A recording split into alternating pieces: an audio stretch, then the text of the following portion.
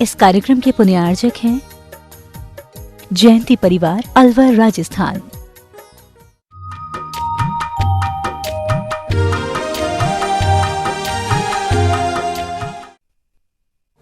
नमो अरिहन्ताणं,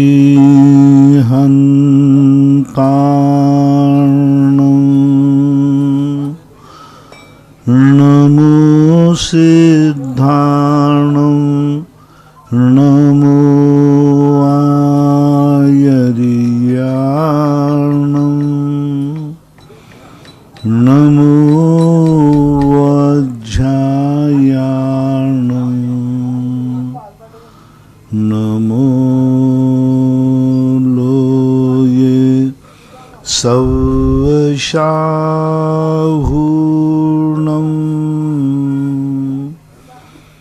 पंच परमेष्टि भगवान के आचार्य श्री गुरुवर कुंद कुंद महाराज की जय हो। आचार्य श्री गुरुवर विद्यासागर महाराज की जय हो। बोलिए परम निर्यापक श्रवण मुनि पुंगव श्री सदासागर जी महाराज की, समस्त आचार्य संघ की। हमारे बीच बहुत सारे भक्त अपनी अपनी भावनाओं को लेकर के पहुंचे हैं। सबसे प्रथम जिज्ञासा के लिए आवाज दे रहा हूं श्रीमती त्रसिला जैन बैरसिया पधारें, और इसके बाद तैयार रहे सतीश जैन मुरबास।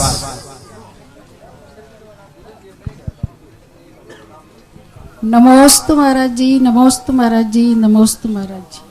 महाराज, मेरी जिज्ञासा ये है कि कुछ लोग घर में रहते हैं, कपड़े भी मतलब कुछ त्याग भी नहीं है, और उनका एक शुद्ध उपयोग हो जाता है निश्चय से, लेकिन हमारा जब तक जो स्वाध्याय है उसमें अशुद्ध उपयोग रहता है, फिर शुद्ध उपयोग होता है।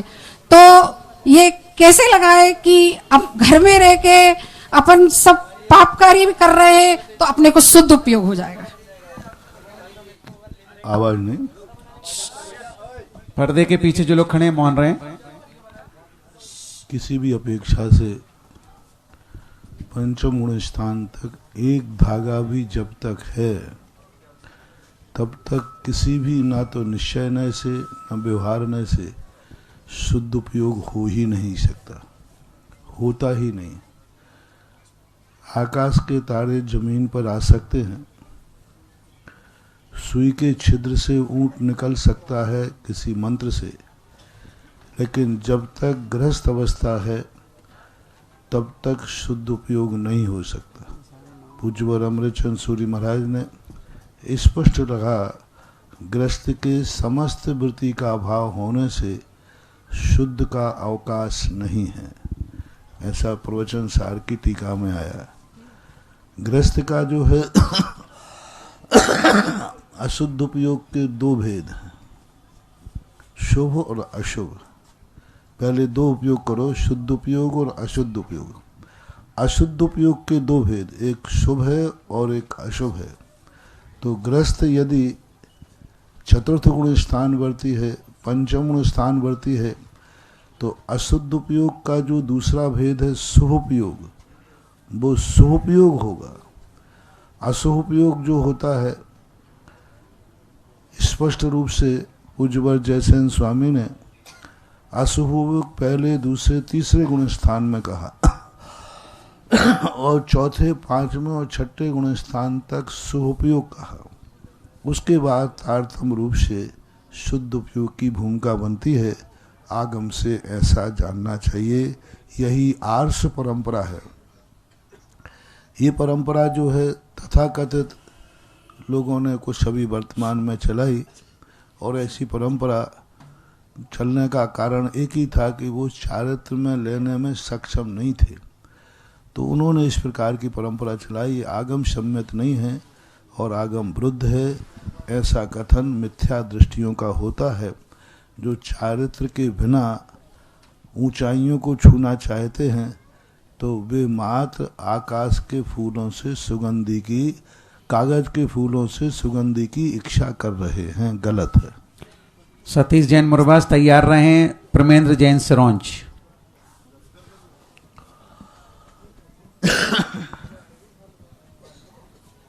गुरुवर के चरणों में मुरवास ग्राम वासियों की ओर से ऐसा गुरुवर के चरणों में,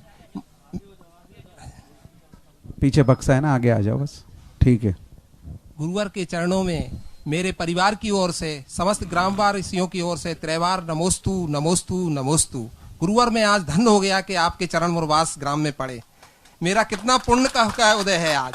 गुरुवर, मेरी जिज्ञासा है कि जिस परिवार से कोई मुनि दीक्षा धारण कर लेता है तो मैंने सुना है उस परिवार के 7 पीढ़ियों तक पुण्य का प्रभाव रहता है। क्या ये सही है गलत? परिवार से वो जो दीक्षा लिया है, यदि वो अच्छे कार्य किए हैं, यदि उसका परिवार इस बात को ध्यान में रखता है कि मेरे परिवार से कोई मुनि दीक्षा ली है तो मेरे कुल में, परिवार में गलत कार्य नहीं होना चाहिए, तो बात बनेगी। एक ने मुनि दीक्षा ले ली और दूसरा गलत कार्य करे तो ऐसा नहीं बने। रावण का बेटा मुनि बना और रावण नरक गया। कहाँ रही 7 पीढ़ियां? रावण के सुत आदि कुमार मुक्ति गए और उसी पीढ़ी में पिताश्री कहाँ गए? नरक गए। तो ये ऐसा नहीं है। ऐसा यदि हो जाए तो एक के कल्याण होने से सबका कल्याण हो जाए। ऋषभदेव तीर्थंकर थे, मारीच कितने काल तक भटकता रहा, तो परिणामों के ऊपर आश्रित हैं। यदि वह इस प्रकार के आचरण शुद्ध करते हैं तो बराबर प्रभाव बना रह सकता है। परमेंद्र जैन सिरोंज, राजेश शर्मा मुरवास। नमोस्तु नमोस्तु नमोस्तु। परमेंद्र जैन, माइक ले लो, जल्दी से ले लिया करे। ये और है ना, एक माइक दे दो ना, ये वाला।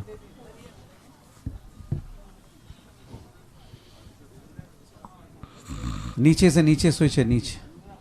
हेलो। हे आराध्य मुनि श्रेष्ठ, मेरे परिवार सवाई सिंगाई परिवार सरोंज का, सकल दिगंबर जैन समाज का सादर नमोस्तु। हे आराध्य प्रभु, मेरी जिज्ञासा ये है कि आप 1988 में सरोंज आए थे और सरोंज को अति से छेद घोषित किया था। आज 88 और 22 34 साल हो गए। 34 साल में भी सरोंज प्रगति पे नहीं हो पाया, जबकि आपने इतने अति से छेद बना, सब ऊंचाइयों पर पहुंच गए। ऐसा हम सरोंज वालों का क्या इसके पीछे बहुत लंबी कहानी है। अब आने वाला है सरोंज, वहीं बात करेंगे। अभी रस्ते में राजेश शर्मा मुरवास, इसके बाद तैयार रहे रवि जैन धरनावदा। श्री गुरु चरणों में मेरा बारंबार नमोस्तु नमोस्तु, और हम सब मुरवास ग्रामवासियों की ओर से भी नमस्तु नमस्तु। गुरुदेव, मेरी जिज्ञासा है कि श्री कृष्ण भगवान के पास ये मुरली कहाँ से आई और ये मुरली क्या है? मुरली की अपने आप में उनका एक संगीत था।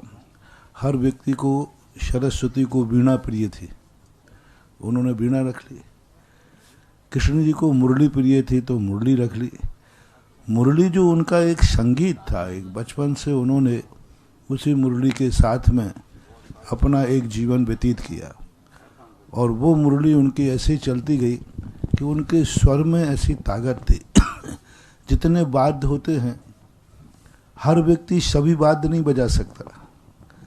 किसी किसी व्यक्तियों को ऐसी गॉड गिफ्ट होती है कि वो उसी प्रकार के वाद्य बजाते हैं। तबला बजाने वाला तबला ही बजा सकता है, हारमोनियम नहीं, और वे तबला में ही प्रसिद्ध होते, कई तबलची कहलाते हैं। इसी प्रकार कई हारमोनियम बजा के जानते हैं, वो तबला। इसी प्रकार श्री कृष्ण की श्वास में एक ऐसी ताकत थी कि वो मुरली के माध्यम से लोग उनकी मुरली सुनने के लिए, मनुष्य तो छोड़ो, पशु पक्षी तक उनके प्रभावित होते थे। और वे मुरली के माध्यम से ही गायों को एकत्रित कर लेते थे। तो ये उनका एक वाद्य यंत्र था जिसमें बजाने में उनकी निपुणता थी। आई तो कहीं से नहीं, वो तो उन्होंने अपने खुद ही शौक से अपने पास रखी और मुरलीधर उनका नाम पड़ गया। रवि जैन धरनावदा तैयार रहे। जैसे सरस्वती का नाम क्या बन गया? वीणा वादनी। सरस्वती का मूल नाम तो सरस्वती है, लेकिन उनको वीणा करने से दूसरा नाम उनको वीणावादनी कहते हैं, इसलिए प्रकार उनको मुरलीधर कहते हैं। नमस्तु महाराज। आगे तैयार हैं साधना जैन हरदा। नमस्तु महाराज जी, धर्मराज दिगंबर जैन समाज। नमस्तु नमस्तु। हम महाराज जी, मंदिर में छितपाल जी का स्थान कहाँ होना चाहिए? मुझे तो शास्त्रों में कहीं मिला ही नहीं। मैं कहाँ बता रहा हूँ, किसी भी शास्त्र में, दिगंबर जैन शास्त्र में कहीं भी, पूरे मंदिरों में मैंने सबसे पूछ लिया, जो क्षेत्रपाल को मानते हैं उनसे भी, जो बीसपंथी हैं उनसे भी, सबसे पूछा कि भाई किसी भी आगम में, किसी भी शास्त्र में कहीं भी इनका स्थान कहाँ होता है, ऐसा कोई वर्णन कहीं मिला नहीं, कहीं भी देखने में नहीं, और आज तक कोई ने इस बात का जवाब भी नहीं। अब रही बात समोषण में जो इनके होते थे, तो ये दरबान के जैसे अंगरक्षक होते हैं, इस रूप में उनके समोषण में व्यवस्था मिलती है। मंदिर के अंदर इनका स्थान कहाँ है, ऐसा तो आगम में तो नहीं है। अब परंपराएं जो चल रही हैं, परंपराएं कई बार परिस्थितियों जन्म आ जाती हैं, कई प्रकार की परिस्थितियां हो जाती हैं, और कोई परंपरा चला देता है, उसके बाद वो परंपरा क्या होती है, मार्ग बन जाती है।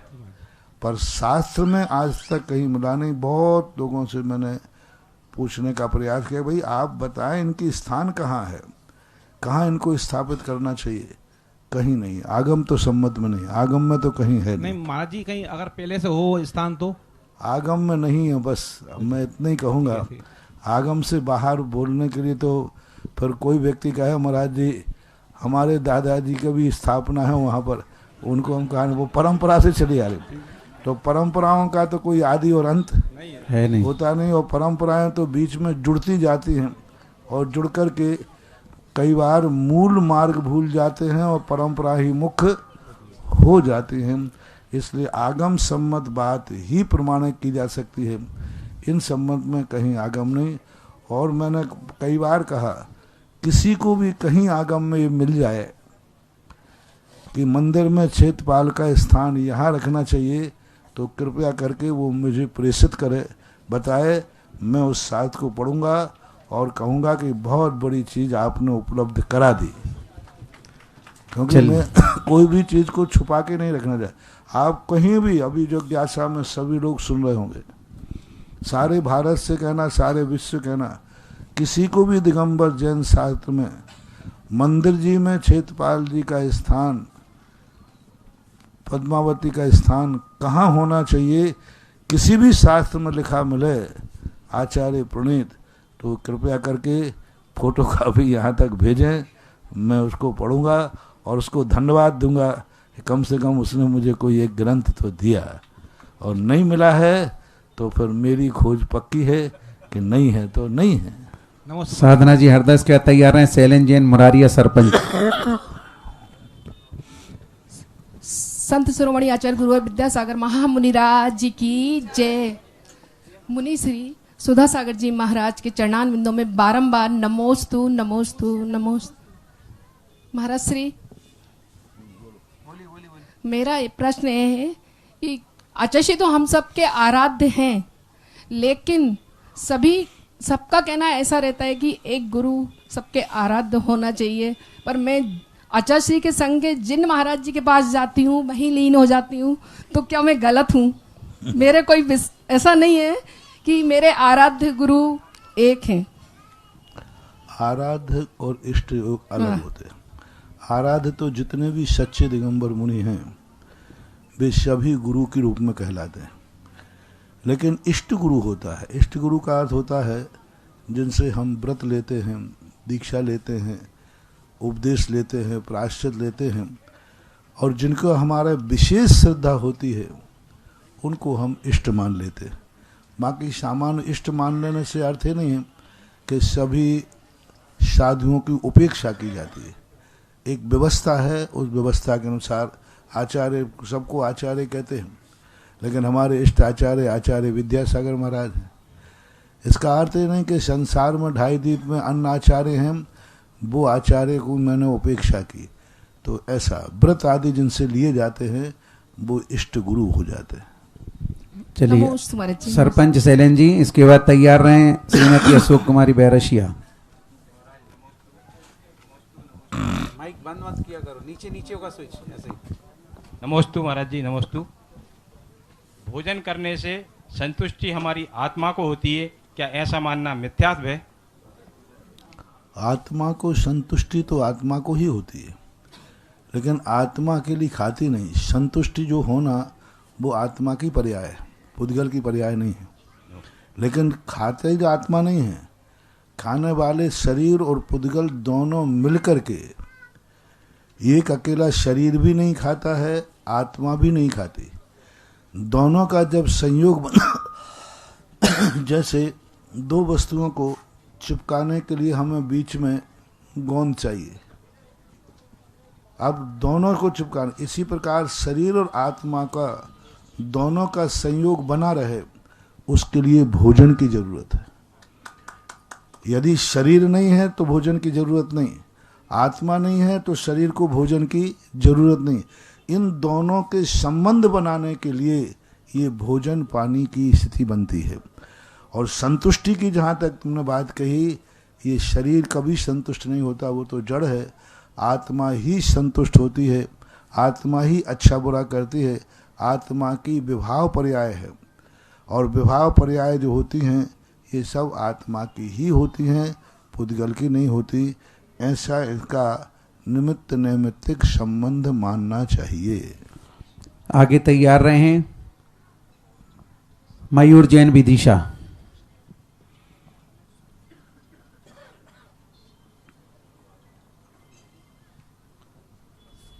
बोलिए। महाराज श्री को मेरा मन से, वचन से, काज से कोटि कोटि नमन, कोटि कोटि वंदन। महाराज जी, मेरी जिज्ञासा है कि मेरा ऐसा कौन सा पाप कर्म का उदय है कि मैं आगे नहीं बढ़ पा रही हूँ। मैं आगे नहीं बढ़ पा रही, ऐसा कौन सा पाप कर्म का उदय है? धर्म के क्षेत्र में। लेकिन पीछे नहीं जा रही हो, ये बहुत बड़े पुण्य का उदय है। आगे बढ़ने का उतना बड़ा महत्व नहीं है, पीछे नहीं जाना ये सबसे बड़ा पुण्य माना जाता है। तो आगे भले नहीं बढ़ पा रहे, लेकिन जहाँ हो उससे पीछे तो नहीं जा रहे हो। नहीं जा बस तो बहुत आशीर्वाद, यहीं से तुम्हारा कल्याण हो जाएगा। चलिए आगे तैयार रहें अभिलाषा जैन भोपाल, इसके बाद अखिलेश जैन मुरारिया।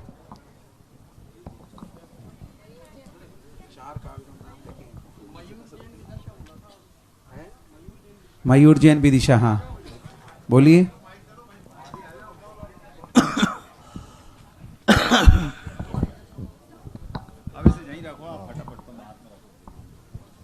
श्री के चरणों में नमोस्तु नमोस्तु नमोस्तु।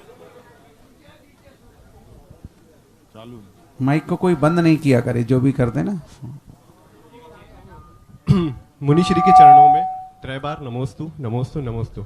महाराज श्री, दैनिक चर्या में, सांसारिक जीवन में हम लोगों से काफ़ी गलत काम हो जाते हैं, बुरे कर्म हो जाते हैं, तो उसके लिए प्रायश्चित लेना कहाँ तक ठीक है? और प्रायश्चित ना ले पाए, मुनि जी ना मिले, तो उसमें क्या कर सकते हैं? पहली बात, गलत हो जाता है या गलत करते हो? महर्षि, गलत हो जाता है उसका प्रायश्चित है, गलत करते हो उसका कोई प्रायश्चित नहीं। उसका पहले प्रत्याख्यान है, बाद में प्रायश्चित है।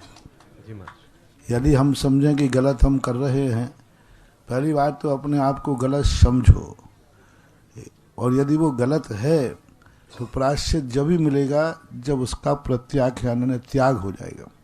जब तक त्याग नहीं है उसका कोई प्रायश्चित नहीं होता, किसी भी प्रकार का प्रायश्चित नहीं। हम रोज को गलती करते जाएं और आई एम सॉरी प्लीज, तो इतना सरल नहीं है प्रायश्चित के रूप।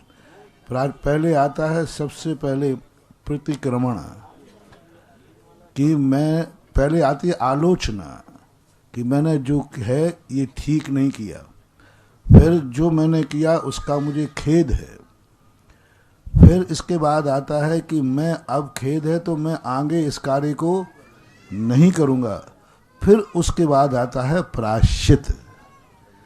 तो पहले 3 क्रम बनाइए, फिर प्रायश्चित की व्यवस्था है। नहीं तो बहुत लोग सरल हो जाएं कि महाराज ने तो प्रायश्चित बता दिया, महाराज ने कह दिया रात में खा लो, सुबह से एक माला फेर लेना, सब ठीक हो जाएगा। हाँ, वो अभी मैंने कहा था ना, कितना ही पाप करो और एक दिन गाड़ी में बैठो, गंगा जी नहाओ, तो गंगा जी जैसे ही नहा के आए अब तो हमारे सारे पाप धुल गए। तो सारे पापी तो कितना सरल हो जाएगा कि सारे पापी गंगा में डुबकी लगाएंगे और अत्याचार करेंगे। ऐसा नहीं है। अपने परिणामों में जिस चीज को अपन को त्यागना है पहले उसका त्याग होना चाहिए, और गलती हो जाती है तो वो तो फिर दोबारा गलती करते ही नहीं है, क्योंकि वो हुई है। ऐसा अभिलाषा जैन भोपाल आगे तैयार रहें। बोला था ना अखिलेश जैन मुरारिया। महाराज श्री के चरणों में बारंबार नमोस्तु मुनिवर नमोस्तु। मुनिवर, मेरा प्रश्न ये है कि हम लोग चूंकि कृषि कार्य करते हैं और कृषि कार्य करते हैं तो उसमें कीटनाशक दवाओं का इस्तेमाल हम लोग करते हैं। तो मुनिवर, चूंकि मुरारिया मुरवा से जितने भी आसपास गांव हैं वो सारे कृषि कार्य से हमारी आजीविका का मुख्य स्रोत कृषि कार्य है, तो कीटनाशक दवाओं का हम न चाहते हुए भी प्रयोग करते हैं। तो महाराज श्री इसमें हमें कितना क्या? तुम जो करते हो उसमें हमें शामिल क्यों कर रहे हो? अब मैं हाँ कह दूं तो मैं और ना कह तो मैं तो, हमारे जैन शास्त्रों में इसके लिए एक ही कहा कि कीटनाशक न कह के ऐसी दवाई का प्रयोग करो कि कीड़े पड़े ही नहीं। पहले टाइम में शुरू में से उसकी सावधानी रखी जाए तो हम उस चीज़ से बच सकते हैं। तो हम इसकी तो आज्ञा मिल सकती है, शास्त्रों में दिया कि ऐसे प्रयास करें, पहले से ही उन औषधियों का प्रयोग करें जिससे उसमें कीड़े पड़ ही न पाए। कीड़े पड़ने के बाद फिर मैं नहीं बोल सकता, क्योंकि मेरी दृष्टि में तो तुमने खाया सो जीव है और कीड़े ने खाया सो जीव है, आखिर किसी ना किसी ने खाया ही तो है। कीड़ा फेंकता है कि खाता है? खाता है। तो उसके पेट में तुम एक कीड़ा हो, वो एक कीड़ा है। हमारे लिए तो दोनों जीव हैं, दोनों खुश रहो, जिसको जितना मिले उतना खाओ पाओ मजे करो। इस स्थिति में महाराज श्री फिर क्या? उसका बस चले उसको खाने दो, तुम्हारा बस चले तुम खाओ, मिल बांट के खा लो। इस स्थिति में महाराज श्री खेती करना मतलब हिंसा मैंने पहले ही कह दिया, खेती निषेध नहीं कर सकता क्योंकि ऋषभ देव का उपदेश है, लेकिन खेती में कीड़े पड़ने के पहले आप प्रयास करें ना। पहले ऐसी बात नहीं है, बहुत सारे लोग ऐसे हैं ऐसी दवाइयों का प्रयोग करते हैं जिनकी खेती में कीड़े पड़ते ही नहीं है, पहले से किए जा सकते। नमस्ते।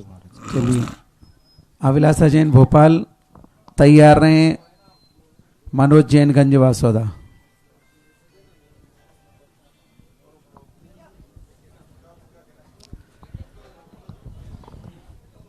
इतनी देर नहीं लगाया करे, माइक जल्दी भेज दिया करे फटाफट।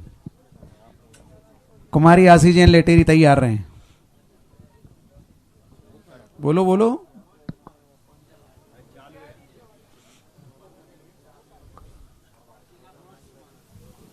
माइक बंद कैसे हो जाता है समझ में नहीं आता।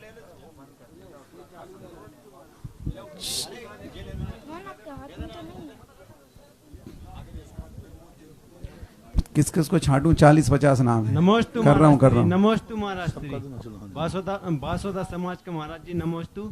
मेरा जिज्ञासा जी है महाराज जी, आप 85 में पंचकल्याण गैरत महोत्सव कराने बासोदा आए थे।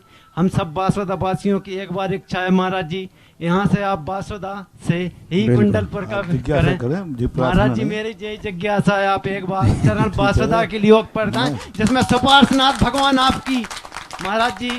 चलो ठीक है। मैं नहीं आया था, आचार्य श्री के साथ में मैं था, आचार्य श्री आए थे तो मैं आ गया था। महाराज जी आप देखते चलो। कुमारी आशी जैन लेटेरी, इसके बाद ज्योति जैन तैयार रहे हरदा। नमोस्तु महर्षि, नमोस्तु महर्षि। महर्षि मेरी जिज्ञासा ये है कि आज के समय में मतलब कि चारों ओर हम युवा पीढ़ी ये सोचते हैं कि डिप्रेशन है, चिंता है, तनाव है, और जब मैं खुद नकारात्मक सोचती हूँ तो मेरे आसपास जो लोग हैं उनको भी वही विचार में देती हूँ। तो ऐसे में नकारात्मक ऊर्जा का मूल कारण है अपनी शक्ति से अधिक महत्वाकांक्षा करना। पहला कारण। अपनी समर्थ उतना है नहीं, पुण्य उतना है नहीं, और हम ख्वाब सजाते हैं बहुत ज़्यादा। और ख्वाब सजाने में मूल कारण होता है हम दूसरे को देखते हैं। हम दूसरे की भोजन की थाली को देख करके डिप्रेशन में जाते हैं। हम अपनी जठराग्नि नहीं देखते। वो व्यक्ति 4 रोटी खा गया तो हम सोचते मैं क्यों नहीं खा पाऊँ। अरे भाई, तुम्हारी जठराग्नि 2 रोटी की है। तो पड़ोसी को, दूसरे को स्पर्धा आज सबसे बड़ी जो है डिप्रेशन का कारण है, स्पर्धा। आज चारों पहले के लोग सीमित रहते थे। एक गांव के लोगों का उतनी स्पर्धा होती थी जहां तक उनकी बैलगाड़ी जाती थी, उतने में उनका धंधा था, उतने में उनका व्यापार था, उतने में उनकी स्पर्धा थी। अब आज तो सारा विश्व तुम्हारे मोबाइल में है। सारे विश्व में, दुनिया में क्या होता है, तो अब दुनिया की चीज़ें आप टीवी पर विज्ञापन में सारी चीज़ें देखते हो तो आपका मन तद्रूप होने का होता है, आपका मन आकाश में उड़ने का होता है। आपकी स्त्रियां ऐसी हो जाती है जैसे वो एक बताते कि एक शक्तिमान नाम की पिक्चर आई थी, सीरियल कोई शक्तिमान जैसा भी हो। उस शक्तिमान को देखकर कई बच्चे छत पे से कूद पड़े कि शक्तिमान आएगा और बचाएगा। उन्होंने सोचा कि वो उसमें होता होगा, मैं तो पता नहीं, बताया बच्चों ने, लोगों ने, कि कई बच्चे मर गए क्योंकि उसमें ऐसा दिखाया जाता है कि कभी भी कोई तकलीफ हो, शक्तिमान आकर के तो बच्चे छत पे से कूद गए। अब देखो उनको ये भाव कहाँ से आया, पिक्चर में देखा। तो आज जो सारा का सारा विश्व का जो टीवी है, जो सबको दिखाया जा रहा है, उसको देख करके व्यक्ति के मन में इच्छाएं पनपती हैं और इच्छाएं पूरी करने की ताकत है नहीं, और बस वो इच्छाओं के कारण से डिप्रेशन होता है। हमारे जैन दर्शन में इसका एक ही कहा, अपने पेट की जठराग्नि देख करके भोजन करो, पड़ोसी की थाली मत देखो कि वो कितना खा रहा है। हम कितना पचा पाएंगे, हमारी देखो हमारे परिवार की स्थिति क्या है। हम क्यों देखते हैं कि पड़ोसी की हवेली बन गई, हम ये देखें कि हमारी कुवत कितनी है। अपने परिवार की, अपने माता पिता की, अपने कुल की, अपनी हैसियत देखें, हमारी कुवत कितनी है। यदि इस पर व्यक्ति उतर जाएगा तो मन चंगा तो कठौती में गंगा हो जाएगी। राकेश सर, आप बीना ज्योति जैन बोलो, प्रश्न करो।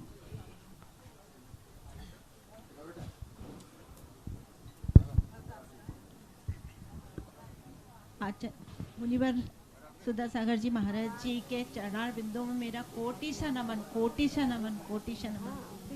हे मुनिवर, आपसे माइक पास में रखो, बिल्कुल। हे मुनिवर, मेरी आपसे जिज्ञासा है कि जो तीर्थंकर पार्श्वनाथ भगवान थे, उन पर जो उपसर्ग आया था, जबकि वो तो अर्चित सुर्ख से आए थे, ग्रेवियक से आते हैं वो, तो फिर उनका वहां पर धर्म ध्यान चलता है 22 सागर 33 सागर की आयु तक। इसके बाद भी कर्मों की निर्जरा क्यों नहीं हो पाई और फिर भी उन पर संकट क्यों आया? कर्मों का जो बंद होता है, अधिकतम कर्म अशुभ कर्मों का बंद, असाता कर्म 30 कोड़ा कोड़ी सागर वर्ष का बंद होता है। 30, आज किसी ने असाता कर्म का बंद कर लिया तो 30 कोड़ा कोड़ी सागर वर्ष तक उसका फल मिलता है। तो 22 सागर तो कुछ भी नहीं, कहाँ 30 कोड़ा कोड़ी सागर वर्ष तक का बंद किया था उन्होंने, और उनको जो 22 सागर धर्म ध्यान किया, तो अपराध करने की सजा का काल ज़्यादा है और धर्म का करने का काल कम है। 22 सागर ही उन्होंने धर्म ध्यान किया लेकिन कोई कर्म उन्होंने ऐसा बांधा होगा जो कर्म 22 सागर से भी अधिक फल देने वाला था, इस कारण से वह स्थिति ऐसी बनती है। क्योंकि निधत्त निकाचत कर्म है। कुछ अपराध ऐसे होते हैं जो करने के बाद तुम क्षमा मांग लो, भविष्य का त्याग भी कर दो, लेकिन जो अपराध है उसकी सजा तो काटना ही पड़ेगी। कुछ अपराध ऐसे होते हैं, ठीक है भाई अपराध हो गया क्षमा कर दो, लेकिन कुछ अपराध ऐसे होते हैं जिनमें जमानत भी आज भी देखा जाता है।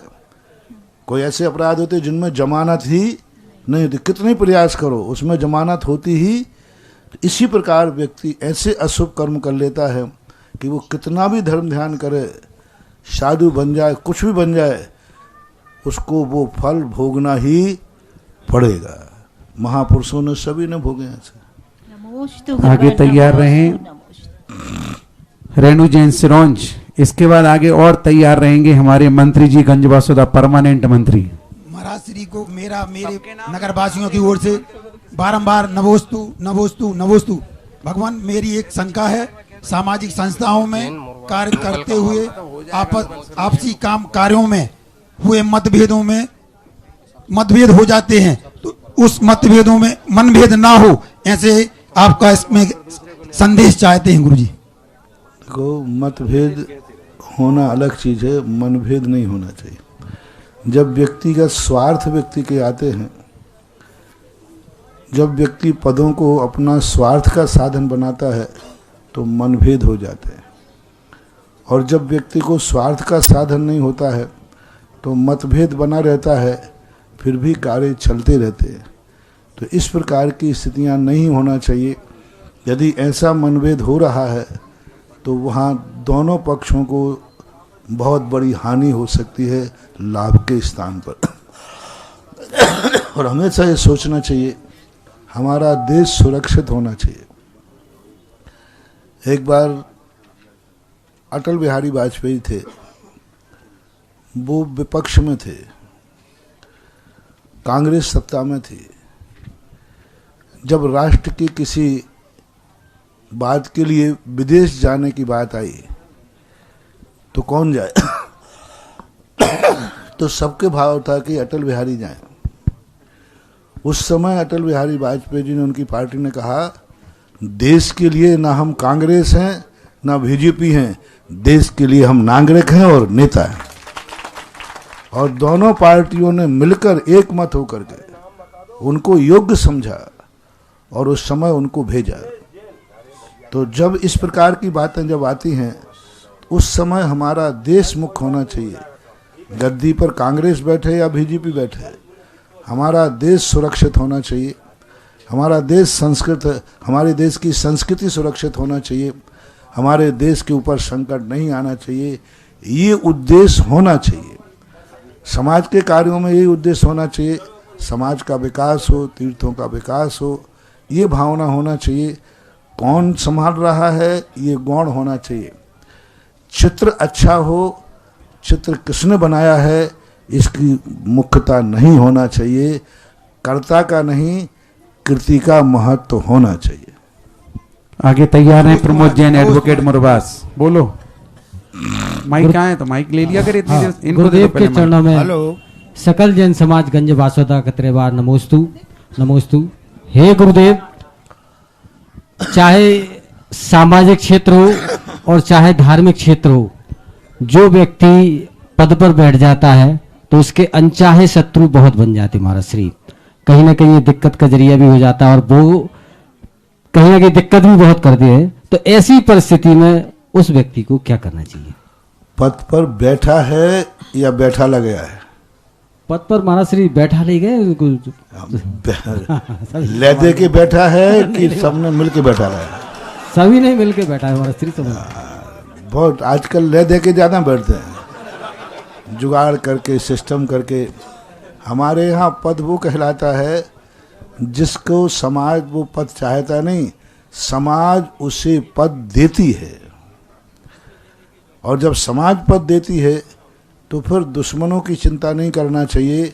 जिस समाज ने पद दिया है उस समाज का सम्मान करके उनकी भावनाओं का आदर करना चाहिए। इस बार तो राजा भी जब गद्दी पे बैठता है तो दुश्मन होते हैं, लेकिन बैठालने वाला सबसे बड़ी चीज है। जिन्होंने तुम्हें बैठाला है उनकी भावनाओं का आदर होना चाहिए, उनकी भावनाओं के अनुसार कार्य करना चाहिए।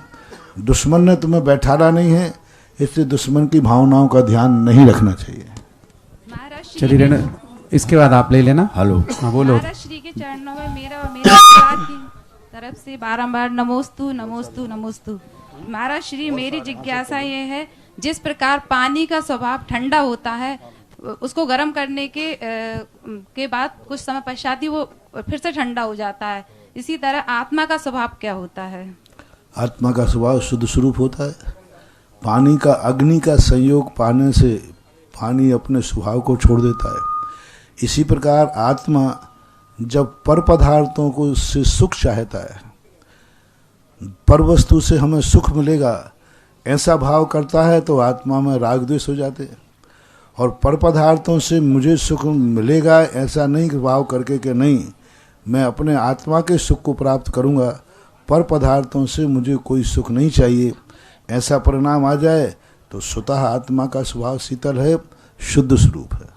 चलिए प्रमोद जी एडवोकेट, इसके बाद तैयार रहें। शुभम ज्योति जैन नहीं दीप शिखा जैन लेटेरी। गुरुवर के चरणों में मैं प्रमोद जैन एडवोकेट मुरबाज से पूरी समाज की ओर से, ग्रामवासियों की ओर से त्रिवार नमस्तु नमस्तु नमस्तु। गुरुवर, जब से आपके कदम हमारे जिले में पड़े हैं, ये तो सर्वविदित है कि ये पूरा हिंदुस्तानी कृषि प्रधान देश है, पर हमारा जिला पूर्णतः कृषि पर आधारित है। गुरुवर, जब से आपके चरण हमारे जिले में पड़े हैं, इस बरसात जो हुई है हम लोगों के लिए, हम लोगों की जो कृषि की जो जमीन है वो सूखी जमीन है, जिसमें पानी के ऊपर ही हम लोगों की कृषि निर्भर है। गुरुवर, आपके चरण पड़ने से हजारों लाखों रुपयों की लोगों को जो प्राप्त होने वाली है इस पानी से, तो इससे अधिक प्रशंसा है। गुरुवर, हम आपके बहुत आभारी हैं। आपके चरण पड़ते ही ऐसी अमृत वर्षा हुई है जिससे हम सब गदगद हैं। इस बात के लिए गुरुवर हम आपके ऋणी हैं। गुरुवर, अब मेरा प्रश्न ये है, ये प्रश्न मेरा नहीं है बल्कि मेरी लड़की का, पुत्री का है, डॉक्टर शिखा जैन। वो चूंकि कोई कारण नहीं आ पाई है, उसका एक प्रश्न है जो मैं आपके सामने प्रस्तुत कर रहा हूँ। गुरुवर, उसने एक प्रश्न रखा है कि जो लोग व्रत ले लेते हैं, नियम ले लेते हैं, और अगर वो किन्हीं कारणवश, बीमारी या किसी भी कारणवश अगर वो व्रत बीच में छूट जाते हैं, तो उसके लिए क्या प्रायश्चित है और क्या वो पुनः वो व्रत चालू हो सकते हैं क्या? कृपया समाधान करें। पहले तो आपने जो हरियाली की बात कही है, हम लोग 24 घंटे की भावना बातें हैं, यही प्रार्थना वीर से अनुनय से कर जोड़, हरी भरी दिखती रहे धरती चारों ओर। सस्य श्यामला भूमि भारत वसुंधरा कहलाती है।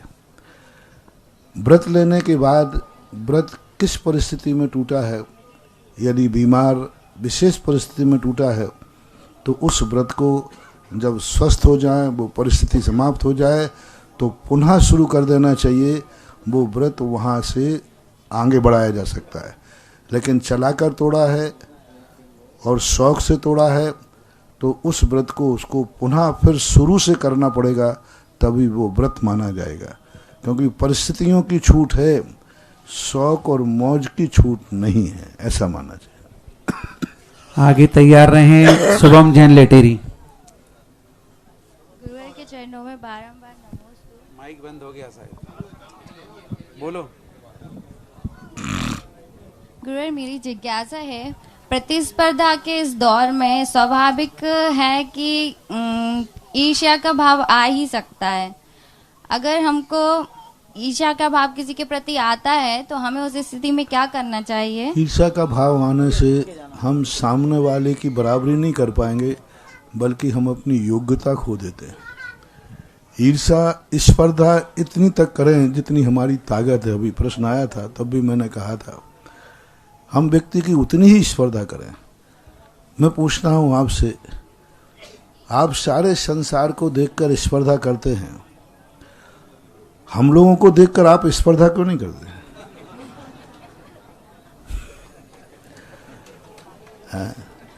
महाराज बने हैं तो मैं भी महाराज बन के दिखाऊंगा। लोग उन चीजों की स्पर्धा करते हैं जिन चीजों से ईर्ष्या होती है, जिन चीजों से कसाय बढ़ती है, जिन चीजों पर नहीं करने पर डिप्रेशन में आते हैं। ईर्ष्या करो भगवान से कि मैं भी भगवान बन के दिखाऊंगा। ईर्ष्या करो महाराज से, मैं भी साधु बन के दिखाऊंगा। ईर्ष्या करो अच्छे लोगों से कि मैं अच्छा बन के दिखाऊंगा। जब कोई अच्छे लोग सामने आए, उनके साथ स्पर्धा हो। जब ये व्यक्ति अच्छा बन सकता है तो मैं अच्छा क्यों नहीं बन सकता? कोई मंदिर जा रहा है तो स्पर्धा करो, जब ये व्यक्ति मंदिर जा सकता है तो मैं क्यों नहीं जा सकता? ये व्यक्ति रात में नहीं खाता है तो फिर मैं क्यों नहीं त्याग कर सकता? ये व्यक्ति गुटखा नहीं खाता है तो फिर मैं क्यों नहीं त्याग कर सकता? तो अच्छे लोगों की स्पर्धा करोगे तो ईर्ष्या नहीं आएगी। स्पर्धा उनकी करते हैं आप लोग जो अच्छे कार्य नहीं होते, जो स्वयं के भी घातक हैं और दूसरों के घातक हैं। अच्छाइयों की स्पर्धा कभी भी ईर्ष्या में नहीं बदलती। मैं तो प्रतिदिन स्पर्धा ही करता हूँ। जब भगवान के दर्शन करता हूँ तो यही बात कहता हूँ, भगवान मैं आप भगवान बन गए, इसलिए अब मेरा मन भी कर रहा है कि मैं भगवान बन के रहूंगा। बंदे तदगुण लब्धे, स्पर्धा ही है, लेकिन ईर्ष्या नहीं है कि आप क्यों बने। आप बने तो मैं भी बनूंगा, ये है स्पर्धा। लेकिन आप क्यों बन गए, ये है ईर्ष्या। तो ईर्ष्या हमारे लिए गलत कार्यों के संबंध में, अच्छे लोगों की यदि संगति करें तो स्पर्धा आएगी, ईर्ष्या नहीं आएगी। दूसरी स्थिति में महाराज जी, अगर हमको पता है कि कोई व्यक्ति हमारे प्रति ईर्ष्या का भाव रख रहा है तो हमें उससे किस प्रकार का व्यवहार करना चाहिए? कोई फर्क नहीं पड़ता। ईर्ष्या करने वालों का कभी भी वो सफल नहीं होते। हमारा भाव सही होना चाहिए, हमारा लक्ष्य सही होना चाहिए। फिर ईर्ष्या करने वाला व्यक्ति ज़्यादा देर नहीं जलता, वो स्वयं जल करके राख हो जाता है, शक्तिहीन हो जाता है। शुभम जी लेटेरी तैयार है। अनुभव सिंह विधि सा इसके पूर्व बता दूं, लेटेरी में परम पूज्य महाराज श्री के आशीर्वाद से बनने वाली 24 मंदिर में एक 24 बनाने का भाव 11 क्लास में श्रीमती मंजू जैन, महेंद्र कुमार, पीयूष जैन, पूनम जैन की प्रेरणा से राजेंद्र कुमार, श्रीमती रेखा, मंगलेश जैन, सीमा जैन ने अपनी भावना भाई है। जोरदार तालियों के साथ अनुमोदन करें। पूज्य महाराज श्री का मंगल आशीष लें। श्री दिगंबर जैन समिति लटेरी की ओर से महाराज श्री के चरणों में नमोस्तु। शकल दिगंबर जैन समाज लटेरी की ओर से नमोस्तु।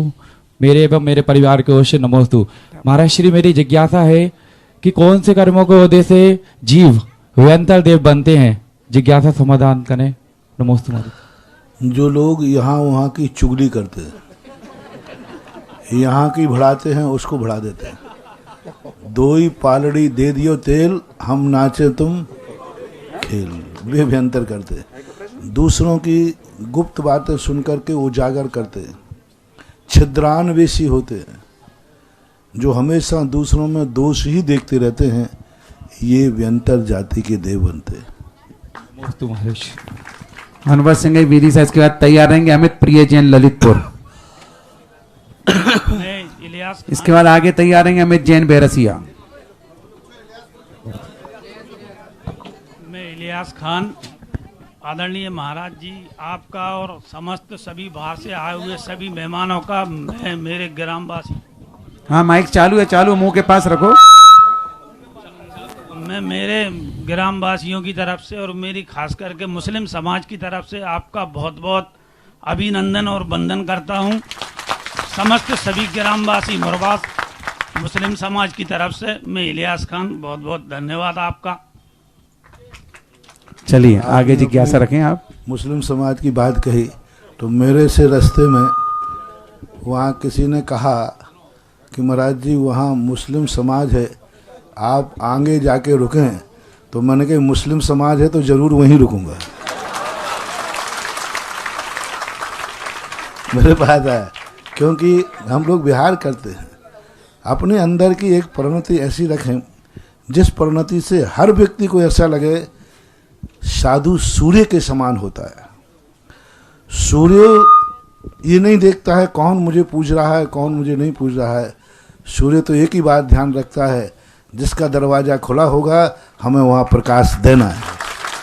हम साधु संत भी सारे विश्व, सारे भारत में भ्रमण करते हैं, सभी लोग मिलते हैं सभी प्रकार, और सबके प्रति हमारा ये भावना रहता है कि हर व्यक्ति अंधकार से दूर हो और सब प्रकाश की ओर आए, सत्य और अहिंसा की तरफ हर व्यक्ति का कदम आगे बढ़े। ये भावनाएं जहाँ जिसके पास होती हैं वो सूर्य के समान सारे जगत का हो जाता है। हाँ बोलिए। नमोस्तु महाराज जी, नमोस्तु महाराज जी, विदिशा से बोल रहे हैं। हमारे परिवार की तरफ से भी आप नमोस्तु। स्वधर्म स्वर्ग के देवों की आयु, जगन्नाथ माइक पास में रखो। स्वधर्म स्वर्ग के देवों की जगन्नायु एक पल बतलाइए, और असुर कुमार देवों की आयु एक सागर बताइए। तो ये किस अपेक्षा से घटित असुर जाति की जो आयु बताई है वो उत्कृष्ट आयु बताई है। तो एक सागर जो आयु है वो जघन्य नहीं है, वो उत्कृष्ट आयु है। और एक पल जो पहले स्वर्ग की बताई वो जघन्य आयु है। तो जघन्य और उत्कृष्ट में तो अंतर रहेगा ही रहेगा ना। और जो असुर जाति के एक सागर तक उत्कृष्ट आयु प्रमाण रहती है, इसलिए कोई बात है वहाँ जघन्य आयु है, तो ऐसा कोई बात नहीं। बोलिए। नमोस्तु भगवान, नमोस्तु भगवान, नमोस्तु भगवान। भगवान आचार्य श्री विद्यासागर जी महाराज की कृपा से, आपके मंगल आशीर्वाद से और आरिका पूर्णमती माता जी की पावन प्रेरणा से जनक जननी वृद्धाश्रम ललितपुर में बन रहा है, और जिसमें हमारे बीच में कई बार ऐसा प्रश्न आता है, कई लोग कहते हैं कि वृद्धाश्रम बनने से लोग अपने माता पिता को घर से बेघर करेंगे, तो ये गलत है। जबकि आचार्य श्री का आशीर्वाद और आपकी मंगल आशीर्वाद से जो कार्य हो रहे हैं, और हम उन लोगों के लिए जो इनका आगे पीछे ऊपर नीचे कोई नहीं है, उनके लिए यह कार्य कर रहे हैं, कृपया हमारा समाधान करें कि यह कैसा। उनका कोई छोटा सोच है, क्योंकि उन माता पिताओं को ही वृद्धाश्रम में नहीं रखा जा रहा है जिनके माता पिता बेटे अपने पास रखते हैं, लेकिन जिन्होंने निकाल दिया है, उपेक्षा करते हैं, उनके लिए ये स्थितियाँ हैं। ऐसे तो कई लोग गौशाला खोलते समय कहते हैं गौशाला खोलोगे तो लोग गायें अपने घर में रखेंगे ही नहीं। ऐसी बात नहीं, ये छोटे सोच वालों का है। आप कार्य कर रहे हैं, करें। आगे तैयार हैं विजय शर्मा शास्त्री मुरबास। हाँ बोलो। नमोस्तु भगवान, नमोस्तु भगवान, नमोस्तु भगवान। भगवान मैंने कई बार मुनिश्री के प्रवचनों में ये बात सुनी है कि जब देश या राष्ट्र पे कोई संकट आता है तो मुनि भी अपना पद छोड़कर उस राष्ट्र के संकट के लिए खड़े हो जाते हैं। अब ऐसे में मेरे मन में ये जिज्ञासा पैदा होती है कि श्री रामचंद्र जी जब वनवास को जा रहे थे तो सारे देश को उनकी जरूरत थी, और पिता में भीष्म भी अगर विवाह कर लेते उनको देश की जरूरत थी, और शायद महाभारत नहीं होती। तो क्या प्रतिज्ञा का और वचन का मान राष्ट्र से भी बड़ा होता है? यदि होता है तो क्यों होता है? दो प्रकार के संत परंपरा होती है। संतों के दो भेद होते हैं, एक कर्म योगी संत होते हैं और एक होते हैं ज्ञान योगी कर्म। जो संत ज्ञान योग में चले जाते हैं उन्हें संसार और राष्ट्र से कोई मतलब नहीं रहता, लेकिन जो संत कर्म योगी होते हैं, और कर्म योगियों में भी दो भेद होते हैं, एक राजऋषि होते हैं, और राजऋषि जो होते हैं वो राज्य के लिए ही समर्पित होते हैं। योगी हैं, संत हैं, जैसे द्रोणाचार्य, वशिष्ठ, ये संत थे लेकिन राजऋषि थे। तुलसीदास जी ये राजऋषि नहीं थे। तुलसीदास जी थे, वो राजऋषि नहीं थे। उनको राजाओं के राजाओं के राज दरबार में जाकर के उन्होंने राजकुमारों को कुछ भी नहीं किया। वो ज्ञान योगी थे, उनका ध्यान अध्यात्म की तरफ था। तुलसीदास जी ने किसी राज दरबार में जाकर के अपना स्थान नहीं किया, वे राजगुरु नहीं थे। लेकिन वशिष्ठ जी राजगुरु थे, द्रोणाचार्य राजगुरु थे। तो ये गुरुओं के भेद रहे हैं। वैष्णव दर्शन में ये भेद विशेष रूप से पाए जाते तो राजऋषि जो होते थे वे राज के लिए। अब रही बात जहाँ भीष्म पितामह की प्रतिज्ञा की, वहाँ प्रतिज्ञा यदि वो कर भी लेते भाई तो भी वह स्थिति नहीं बनने वाली थी। परिस्थितियाँ ऐसी जकड़ चुकी थी। उसकी कहानी यदि आप शुरुआत से सत्यवती से उस कहानी को पढ़ें, जब शांतनु और सत्यवती का जो संपर्क हुआ और वहाँ से जो प्रतिज्ञा हुई, और सत्यवती को लिए जब उनके पूर्व पुत्र जो थे वो लेने आए, बोले माते यहाँ से चलिए, अब जो यहाँ होने वाला है वो तुम नहीं देख पाओगे। और सत्यवती खुद राज छोड़कर, जो माता थी, राजमाता थी, शांतनु की भीष्म पितामह की सौतेली माँ थी राजमाता थी, वो राजमाता खुद हस्तिनापुर को छोड़ करके और सन्यास की तरफ चली गई, क्योंकि जो वहां दृश्य परिस्थितियां बन गई थी, उस परिस्थितियों में ताश्री यदि प्रतिज्ञा भी छोड़ देते तो भी वो राजगद्दी के अधिकारी नहीं हो पाते। रामचंद्र जी, रामचंद्र जी की जो बात थी वो बहुत भिन्न थी। रामचंद्र जी ने जो अयोध्या को छोड़ा, उनका बात एक अवतार पुरुष थे। वैष्णव दर्शन के अनुसार श्री राम एक विष्णु के अवतार थे, और अवतार पुरुष किसी व्यक्ति के नाश करने के लिए उत्पन्न होते। यदि वो राजगद्दी पर होते, बैठ जाते, तो उनका जो उद्देश्य था कि राक्षसों का नाश हो, वो उद्देश्य पूरा नहीं होता। जैसे राज्य, इसका बहुत बड़ा रहस्य मान बाबा, आपने प्रश्न किया तो आप सुने।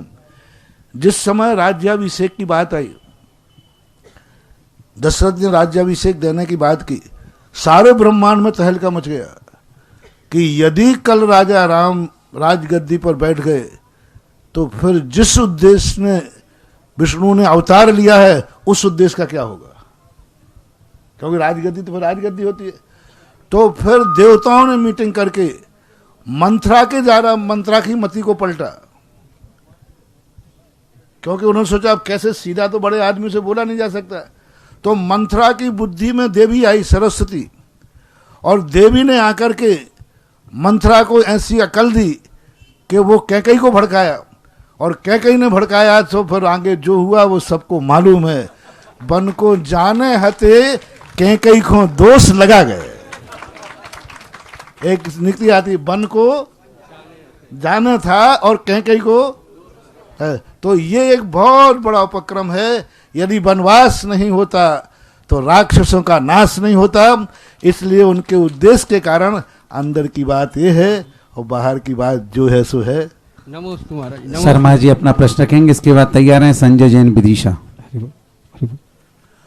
श्री बालाजी के चरणों में मेरी ओर से गुरुदेव के चरणों में साष्टांग कोटि बार चरण वंदन।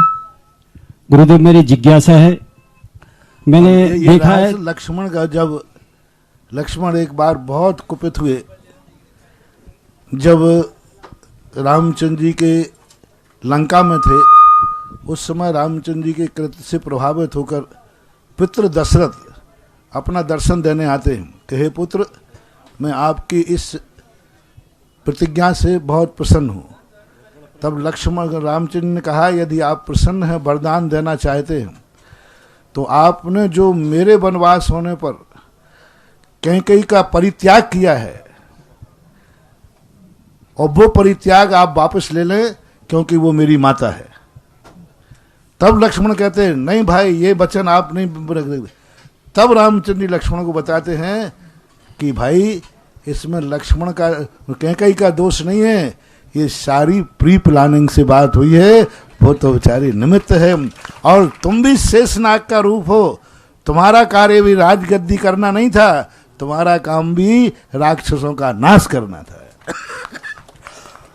संजय जी इसके बाद तैयार हैं शशि जैन, सुभी जैन लटेरी। एक बार पुनः भगवान स्वरूप गुरुदेव भगवान के चरणों में मेरी ओर से कोटि सहा चरण वंदन मस्तक रखकर।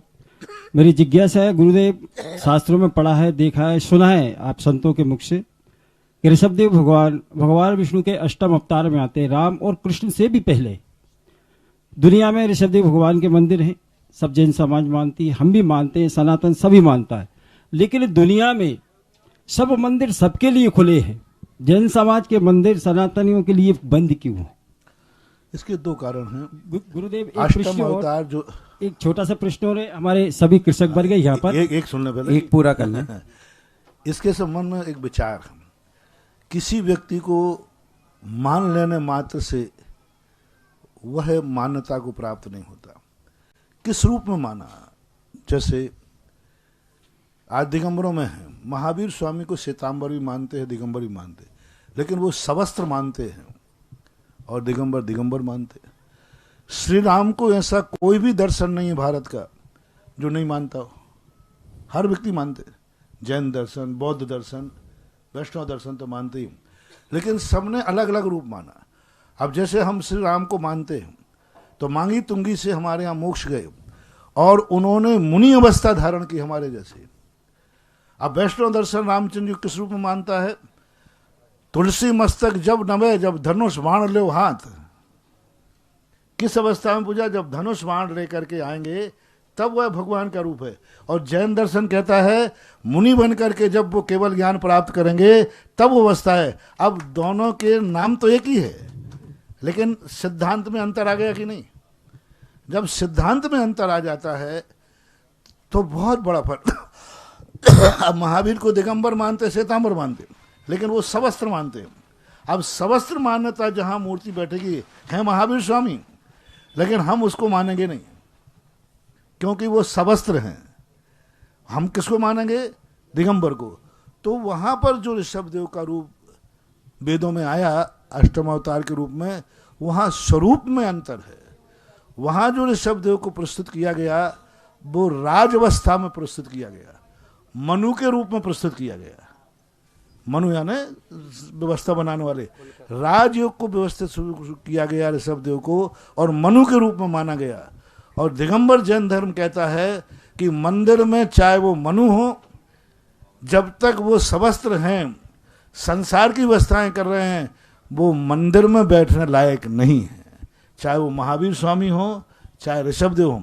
लेकिन वहां पर जो कहा राज ऋषि के रूप में, तो दोनों के स्वरूप में कितना अंतर आ गया?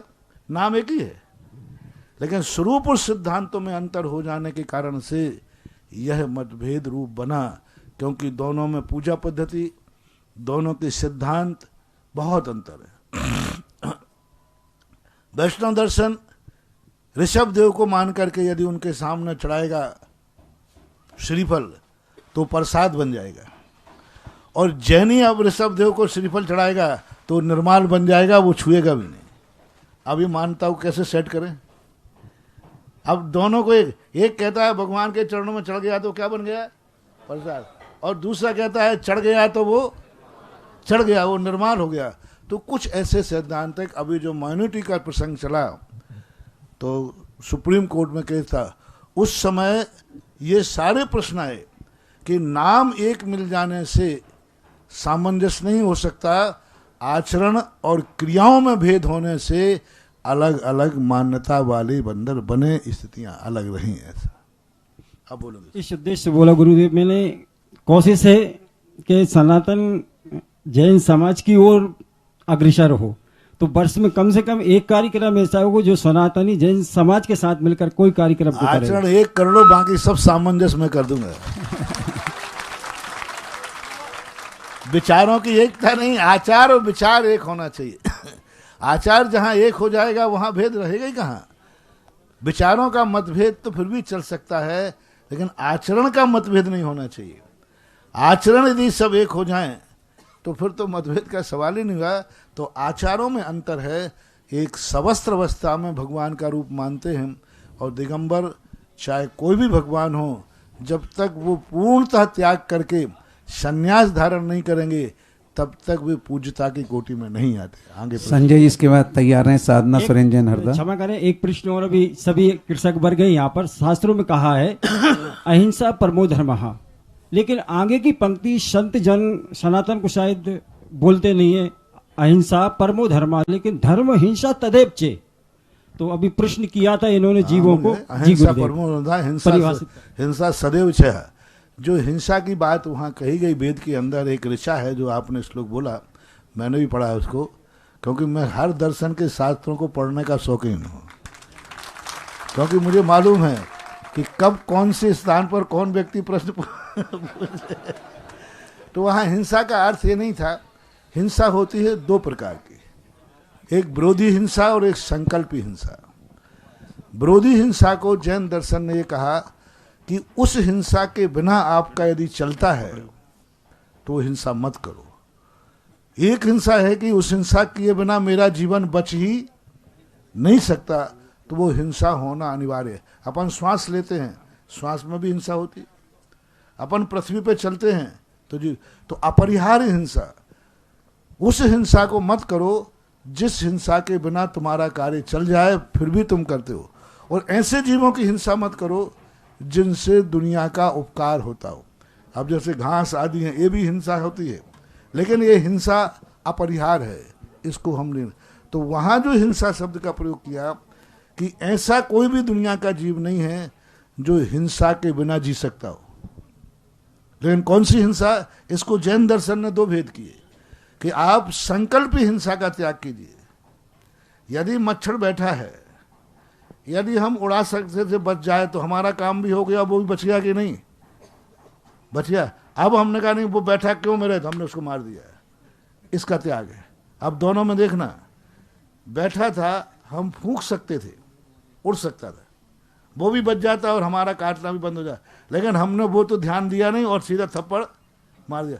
इस हिंसा का जैन दर्शन निषेध करता है। ऐसी हिंसा हमेशा वर्जनीय है, चाहे जैन दर्शन हो चाहे वैष्णव दर्शन हो।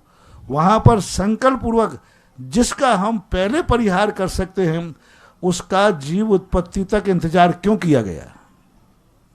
यदि हम पहले सावधानी रखते तो बहुत कुछ बचा जा सकता था। संजय जी। महाराज श्री माइक। भंडारी परिवार विदिशा समसभात एवं वहाँ के जैन समाज की ओर से आपको त्रिवार नमोस्तु। महाराज श्री, मेरी छोटी सी जिज्ञासा ये है कि आमतौर पे एक प्रतिस्पर्धा सी रहती है पंच कल्याणक और सिद्ध चक्र में स्वधर्म इंद्र बनने की, तो उसको वाकई में इन चीजों में ये पद लेने का क्या उपयोग है? इसमें तो प्रतिस्पर्धा हमने पहले ही कह दिया कि धर्म कार्यों में प्रतिस्पर्धा इतनी होना चाहिए कि यदि दो चार भाव समर्पित करना पड़े तो कर देना चाहिए, क्योंकि धर्म कार्यों में स्पर्धा करना हमारा उस पद का बहुमान है। और जितनी ज़्यादा हम अच्छे कार्यों की स्पर्धा करेंगे एक दिन हम उसके तद्रूप योग्य बनेंगे। यदि हम अच्छे कार्यों की महत्वाकांक्षा को खत्म कर देंगे तो विकास रुक जाएगा। विकास तो जब ही होगा जब हम कुछ बनने का साहस करेंगे। तो अच्छे कार्यों की स्पर्धा करने से आज समर्थ नहीं है, कल वो समर्थ हो जाएगा, क्योंकि स्पर्धा सर्वथा बुरी नहीं होती है। स्पर्धा उतनी ना करें जितनी हमारी कुवत नहीं है। ऐसा। चलिए साधना जी, इसके बाद तैयार रहें। अजय जैन बासोदा। नमोस्तु महाराज जी, मेरी जिज्ञासा है कि भगवान के पीछे जो भामंडल लगा होता है उसमें हमारे 7 भव दिखते हैं, 3 भूत के दिखते हैं, 3 भविष्य के दिखते हैं और 1 वर्तमान का दिखता है। तो भूत तो निकल गया और वर्तमान चल रहा है, तो भविष्य के जो उसमें भव रहते हैं तो उसमें जो होता है वैसी हमारी मति हो जाती है, या मति के हिसाब से कर्मों के हिसाब से उसमें भविष्य बदल जाता है? नहीं, कर्मों के हिसाब से नहीं, जैसा हमारा होना होता है वैसा उसमें दिखता है। भविष्य दिखते हैं, अतीत हम देखना चाहें तब दिखते हैं, बिना उसके नहीं देखें। हम भाव करें कि मुझे अपना अगला भाव देखना है तो वो दिख जाएगा। तो वैसा होना है सु दिखता है सु वैसा नहीं होना, ऐसा माना चल रहा है। साधना जी, इसके बाद रेखा जैन भोपाल, तैयार रहें। गुरुदेव के चरणों में 3 बार नमोस्तु। गुरुदेव, ये प्रश्न मेरा नहीं है, श्रीमती साधना सुरेन जैन हरदा का है। गुरुदेव, उन्होंने पूछा है कि जब गर्भवती महिला होती है तो वो कब तक मुनि का आहार बना सकती है, कौन से महीने तक दे सकती है, पूजा द्रव्य से कौन से महीने तक कर सकती है, और झुककर नमस्कार कौन से महीने तक कर सकती है? आगम के अनुसार 5 माह तक वह आहार देने के योग्य है। उसके बाद स्पष्ट नाम लिखा है 5वें माह पूर्ण होते ही वो मुनिराजों को आहार नहीं दे सकती।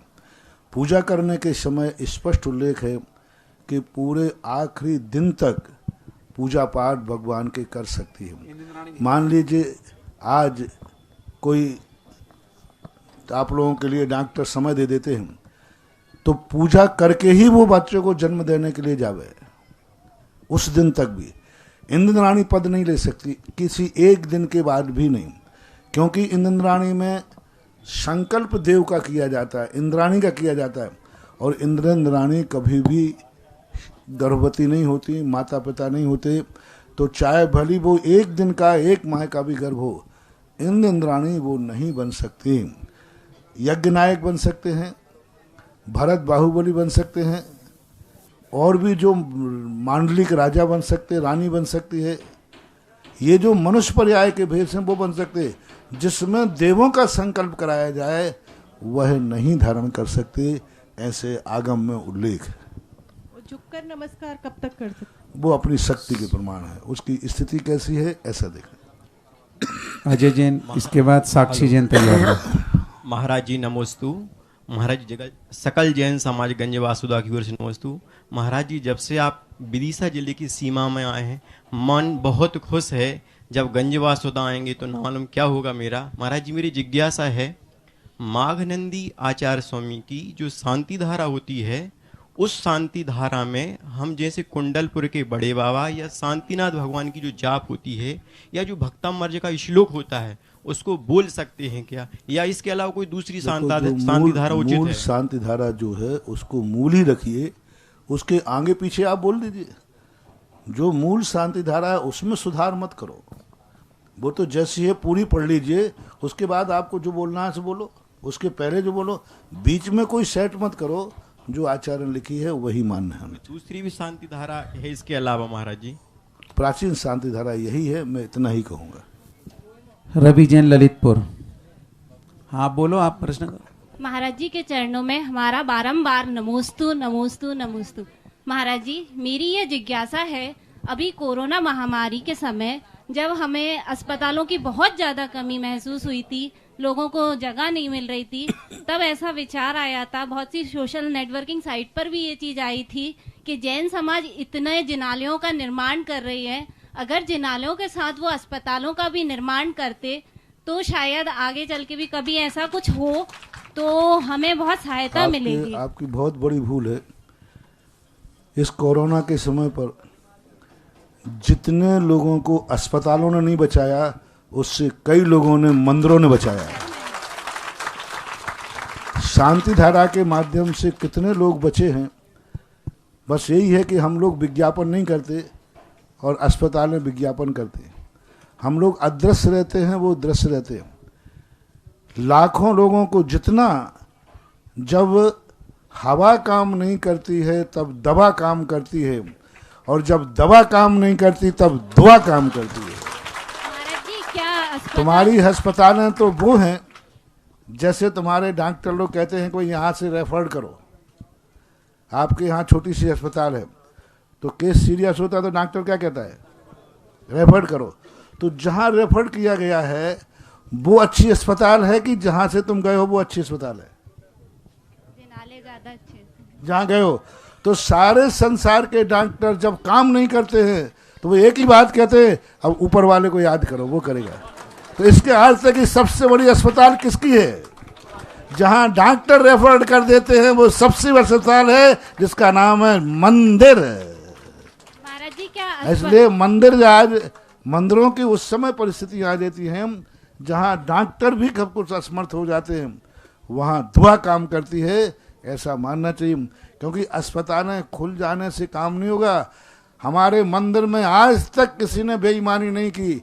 तुम्हारे अस्पतालों में ये भी हुआ कि कोरोना वालों को अंदर लेकर के उनकी किडनी, लीवर निकाल लिया गया और जला दिया गया। ये भी तो हुआ है अस्पतालों में।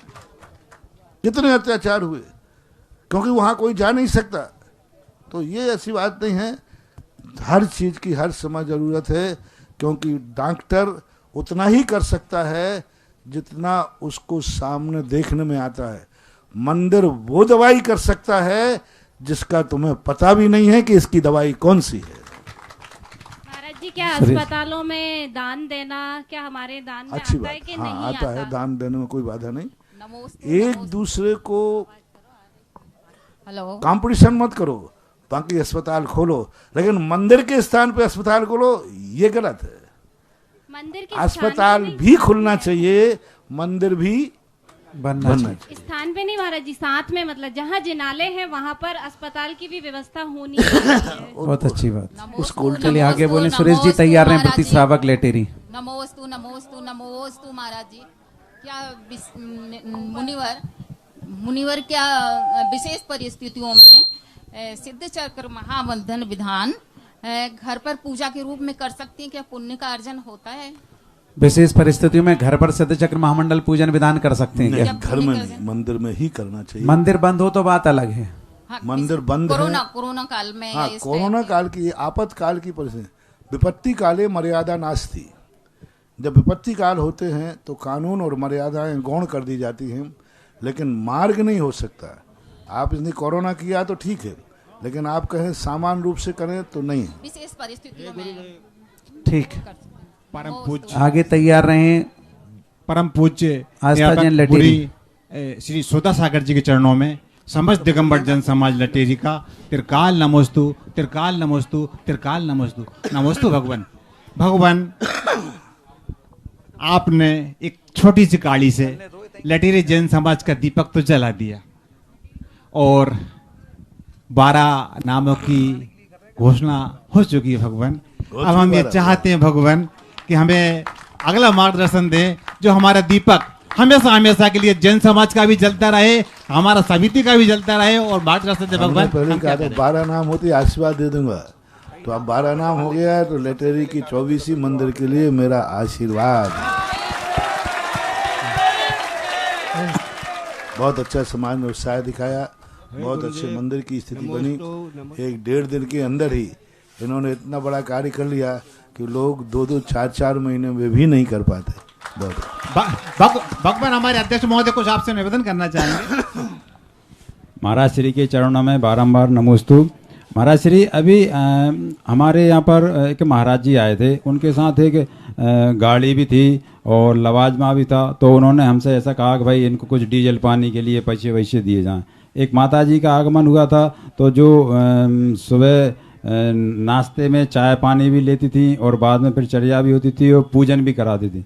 तो हमारी ये जिज्ञासा है भगवान कि हमें ऐसी स्थिति में क्या करना चाहिए। हमसे पूछे हो, ऐसी स्थिति में आगमोक्त साधुओं के पास कोई कहाँ माल हो, उसको तुरंत डाकू बन के चुरा लेना चाहिए। साधुओं के जितना माल चोरी करोगे बड़ा फलेगा तुम्हें। साधु की शोभा वही है, इसके बाद एक कौड़ी भी मत रहने दो, लेकिन किसी पड़ोसी में नाका मत डाल देना। साधुओं के आज जितने भी भ्रष्ट साधु हुए हैं, इसी धन दौलत घोड़ा गाड़ियों के कारण तो हुए, ऐसो आराम में। आप सबको मालूम है क्या स्थिति है। तो साधुओं के साथ इस प्रकार का परिग्रह हो, उसे जैसा बने तैसे छीन लेना चाहिए और उसको अपने आप में, अपने उपयोग में, समाज के उपयोग में ले लेना चाहिए। उसमें कभी भी डीजल पानी कुछ देना ही नहीं चाहिए, बल्कि उनकी गाड़ी में जो डीजल भरा है वो भी निकाल लेना चाहिए। हाँ, नमस्ते। ऐसे ही साधु तो साधुता को बदनाम करते हैं। हे गुरुदेव, नमोस्तु नमोस्तु नमोस्तु। माइक चालू तो करो। हे गुरुदेव, नमोस्तु नमोस्तु नमोस्तु। मैं आनंदपुर से धर्मेंद्र जैन बोल रहा हूँ गुरुदेव। हे गुरुदेव, आप जब से आगे आ जाओ, बक्से के सामने खड़े हो, इधर आओ, जब तो आवाज खुलेगी। हैं 2-3 नाम हो रहे। हे गुरुदेव, जब से आप लटेरी तहसील में आए हैं, लटेरी की धरा धन हो गई प्रभु। प्रश्न कीजिए। हाँ हे प्रभु, आगे आप बोलो। जैसे आचार्य श्री से अब मिलने जा रहे हैं प्रभु, तो आपको कैसी अनुभूति हो रही है, कृपा बताने। हमारा मामला है, तुम्हें से क्या लेना। स्तुति जैन, जल्दी तैयार रहो, फटाफट। महाराज श्री के चरणों में बारंबार नमस्ते। महाराज श्री, मेरी जिज्ञासा है कि हम रात्रि के समय जो स्वप्न देखते हैं, उनका हमारे जीवन से क्या संबंध है। क्या बोले, दोबारा बोलो। महाराज जी, हम रात्रि के समय जो स्वप्न देखते हैं, उसका हमारे जीवन से क्या संबंध है। रात्रि के समय स्वप्न 2 प्रकार के होते हैं। एक स्वप्न होते हैं बीमारी के और संस्कारों के होते हैं। वो स्वप्न फलदायी नहीं होते। जो स्वप्न होते हैं वो कभी कभी उनका नक्षत्र होता है, समय होता है और स्वस्थ व्यक्ति देखता है तो स्वप्नों के फल होते हैं। स्वप्न शास्त्र भी एक बहुत बड़ा शास्त्र है। योगेश जैन रसल्ली साहू से जल्दी तैयार रहें। गुरुदेव, आपके चरणों में बारंबार नमोस्तु नमोस्तु नमोस्तु। हे गुरुदेव, ग्रस्त जीवन में रहकर अपना मन जो है वो सामायिक और जाप वगैरह देते हैं तो मन इधर उधर भटक जाता है। इस परिस्थिति में अपना मन शांत कैसे रखें। अब जितना 24 घंटे जहाँ मन जाएगा, 10 मिनट के लिए तुम मन कंट्रोल करो तो कैसे होगा। वातावरण के लिए जैसे वातावरण में पलता है व्यक्ति, मन वैसा ही होता है। सीमा जैन मोरबास, अंतिम जिज्ञासा। जन जन के परम आराध्य मम हृदय में विराजमान मम गुरु निर्यापक श्रमण नतिया उद्धारक मुनि पुंगव श्री सुधा सागर जी महाराज जी के चरणों में रुसल्ली सपरिवार की ओर से नमोस्तु नमोस्तु नमोस्तु। हे महाराज श्री, वर्ष 1984 जबलपुर चतुर्मास 10 लक्षण धर्म गुरु आदेश से आपके प्रथम प्रवचन जबलपुर जयती धर्म सभा 20-25 हजार श्रोताओं की धर्म धुरंधर सभा में आपका प्रथम प्रवचन, वो भी 1 घंटा 20 मिनट का, बिना रोके, शायद आपने भी नहीं सोचा होगा। श्रोता भाव विभोर होकर सुनते रहे। आप नीम के पेड़ को देखकर प्रवचन करते गए। उस नीम के पेड़ में आपको ऐसी क्या एनर्जी मिल रही थी? आचार्य से दिखाई दे रहे थे या फिर आपको कोई और एनर्जी मिल रही थी? और महाराज जी, आपने एक प्रवचन में कहा था गुरु आदेशों के समय शत्रुवश शास्त्रों में आया है। क्या कभी गुरु शत्रु के समान लग सकते हैं? पहली बार तुमने इस प्रवचन की उस समय की चर्चा की कि शायद तो दुनिया में होगा ही नहीं, और होगा तो समझने लायक नहीं होगा, क्योंकि बहुत एक साल का था महाराज। हाँ, वो समझ, इसलिए किसी दूसरे ने बताया होगा। किसी दूसरे ने बताया होगा। वो एक बहुत पुरानी घटना है, जबलपुर की, सन 1984 की घटना है। तो उस समय दो प्रश्न क्या कहना चाहते हो? नीम के पेड़ से आपको क्या एनर्जी मिल रही थी? मुझे तो हर व्यक्ति से नहीं, अभी तुमसे भी एनर्जी मिल रही है। एनर्जी लेने वाला एनर्जी तो एक घड़ी भी देती है। मैंने अभी बेजोलिया के वर्षा योग में 1 हफ्ते प्रवचन दिया कि संसार की ऐसी कोई भी वस्तु नहीं है जो एनर्जी नहीं देती हो। सपोज कीजिए एक पत्थर पड़ा था रास्ते में, और तुम्हें पत्थर पड़ा और उसको उठा के जोर से फेंक दिया, वो पत्थर नकारात्मक एनर्जी देगा, वो एक दिन तुम्हारा सिर जरूर फोड़ेगा। महाराज जी, इससे और दूसरा, यदि उसको कहा नहीं ये पत्थर साइड में रखा है, किसी को ठोकर लग जाएगी, और धीरे से यदि हमने नीचे रख दिया तो पत्थर से भी हमें एनर्जी मिलती है। गुरु आदेश के समय शत्रुवत शास्त्रों में आया, क्या ये कभी गुरु आदेश का शत्रुवत का अर्थ होता है जैसे शत्रु हमारी भावना पर ध्यान नहीं देता, हमारी उसको तो जो कहना है कहेगा। इसी प्रकार गुरु ये नहीं देखते हैं कि इसको दुख होगा कि सुख होगा, वे डॉक्टर के समान उसके अंतरात्माओं का इलाज करते हैं। इस अपेक्षा सीमा जी मुरबास। 108 सुधा सागर जी महाराज जी जय। नमोस्तु महाराज जी, नमोस्तु नमोस्तु।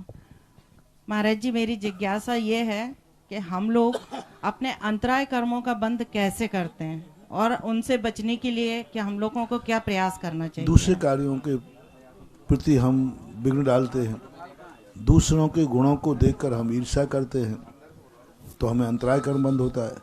दूसरों के अच्छे कार्यों में हम खुश हों और उनके गुणों को देखकर प्रसन्न हों तो अंतराय कर्म खत्म हो जाता है। इस कार्यक्रम के पुण्यार्जक थे जयंती परिवार, अलवर, राजस्थान।